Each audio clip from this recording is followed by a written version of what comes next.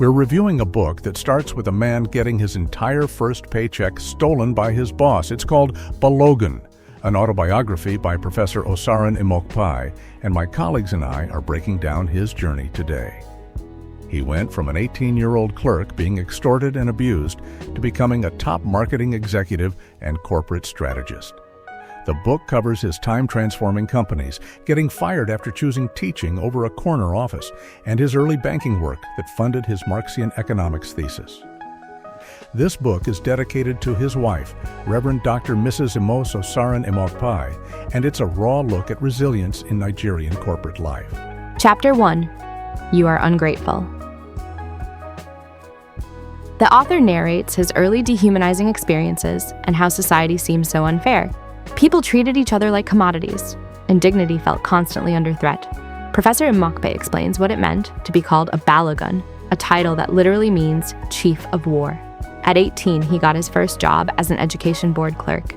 A senior colleague named Mr. Oni extorted his first salary and abused him constantly. That experience showed him how corruption and cruelty could become normalized in everyday life. The author also witnessed the worst aspects of society, including sexual harassment and other forms of abuse. But amid those harsh realities, he saw stories of resilience and divine vindication that sustained people. Later in his career at Insight Communications, Jimmy Awosika gave him the nickname BALOGUN to honor the author's strategic mind. The name reflected his professional, intellectual, and strategic prowess in the advertising world. Over time, Emokpae even found a way to reconcile with advertising icon BALOGUN Shabanjo. These experiences, from humiliation to recognition, shaped who Professor Emokpae became and why the name BALOGUN mattered to him. Chapter 2. Transformation of Clinsite to Optimum Exposure. This chapter covers the transformation of Clinsite into optimum exposure. The key focus is corporate transformation and strategic vision. The author reproduces a speech he delivered on November 9, 1990.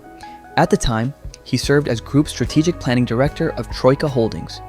He outlined a strategic blueprint to transform Clinsite from a carpenter and knock-on-wood operation into a professional display corporation. The address emphasized overcoming inflation and adopting modern technology. It also stressed deploying systemic group support and cultivating visionary leadership.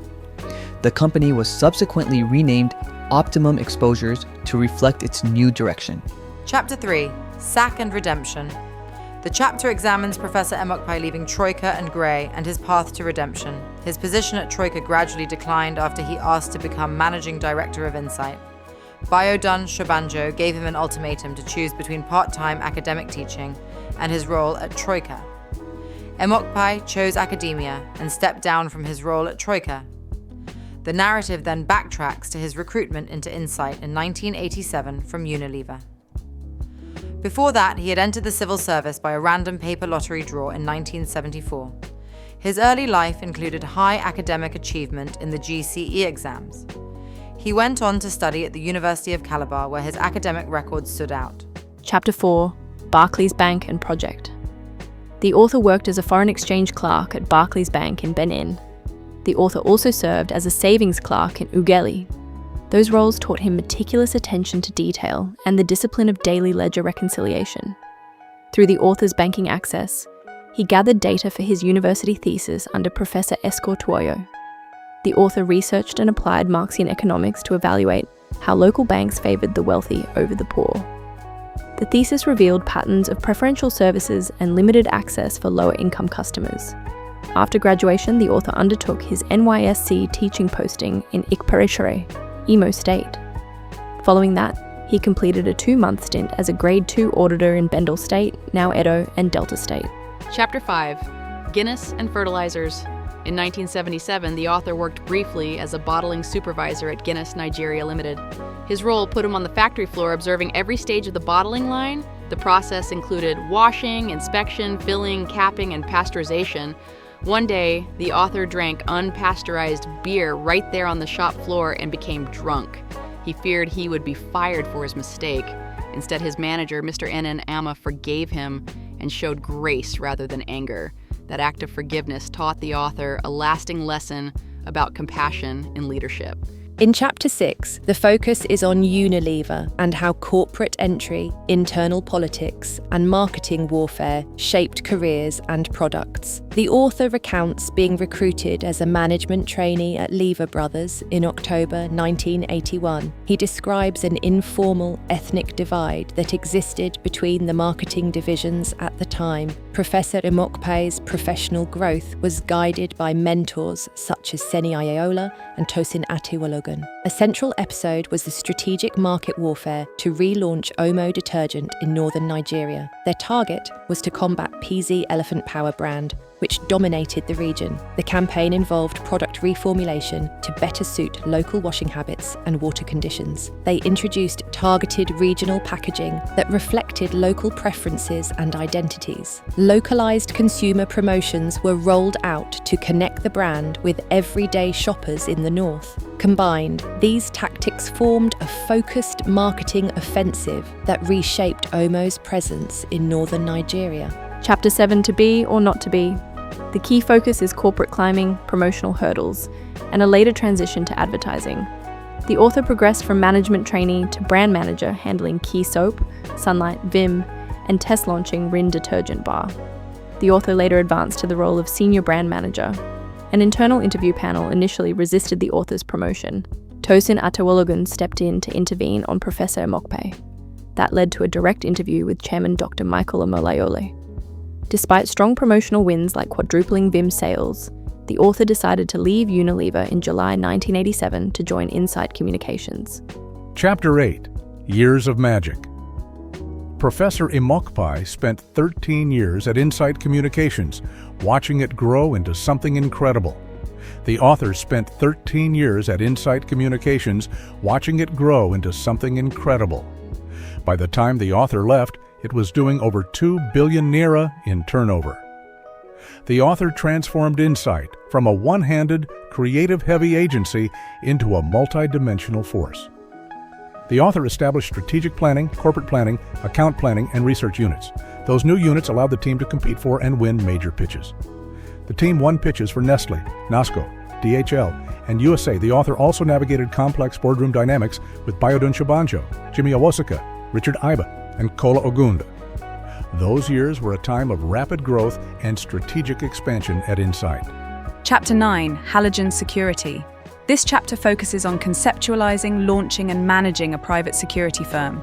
After an armed attack on Biodun Shabanjo's home, Professor Emokpae was given the task of securing corporate protection.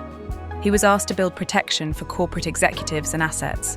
Emokpae leveraged police contacts, including Dig, Parry, Osayande, Musliu, Smith, and Akiolu, to establish credibility. He conceptualized and founded Halogen Security to provide executive and commercial protection. He detailed the operational setup, including procedures, staffing, and field protocols.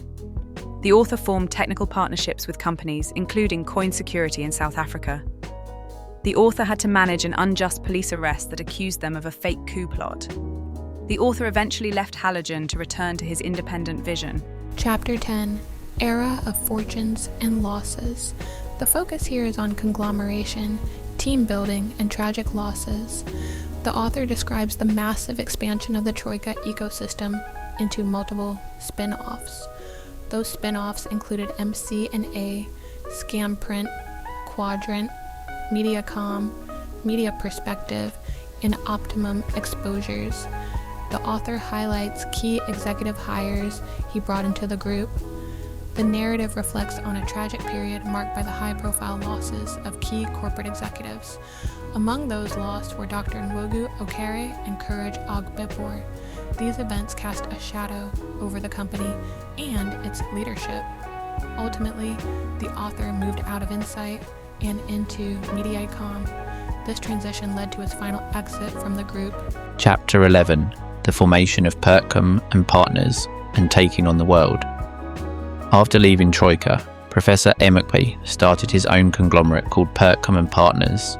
He built subsidiary ventures in media, public relations, security, and travel.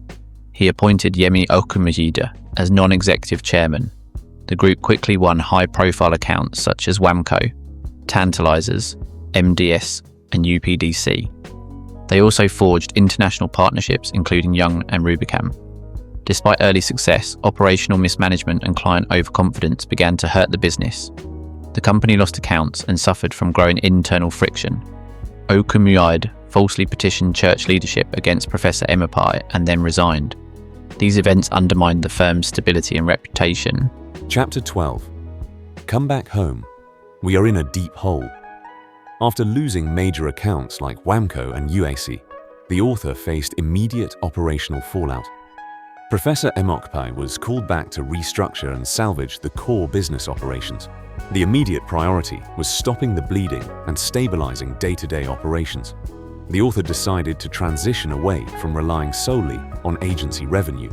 The strategic pivot emphasized manufacturing and product distribution as core growth engines.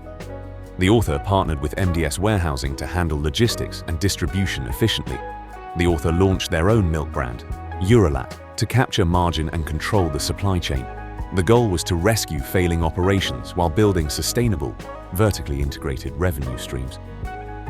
Chapter 13. Resilient People and Social Equity. Your company could survive a crisis and still collapse. I've been studying Chapter 13 of Professor Emokpae's work on resilient organizations. And here's what most leaders miss.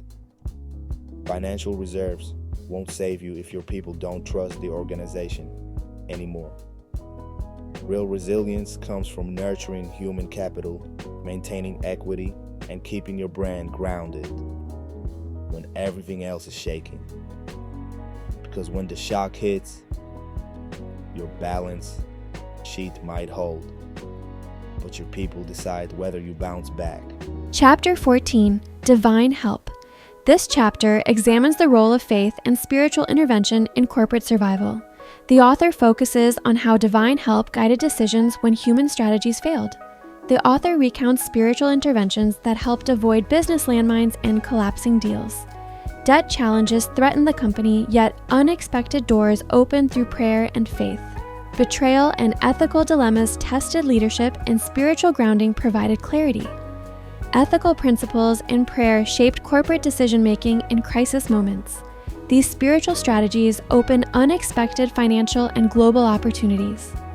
Ultimately, faith, prayer, and ethics are presented as essential tools for corporate resilience. Chapter 15. Transition. The author transitioned from a corporate executive to roles in academia, entrepreneurship, and global ministry. The author journey moved from secular corporate management to governance in higher education. The author helped establish a polytechnic and a theological university. The author expanded into international theology and full-scale ministry work. The author took on high-level ecclesiastical leadership responsibilities. The author became general overseer for the Foursquare Gospel Church in the Americas. This chapter chronicles the broad personal and professional transformation of the author. Chapter 16.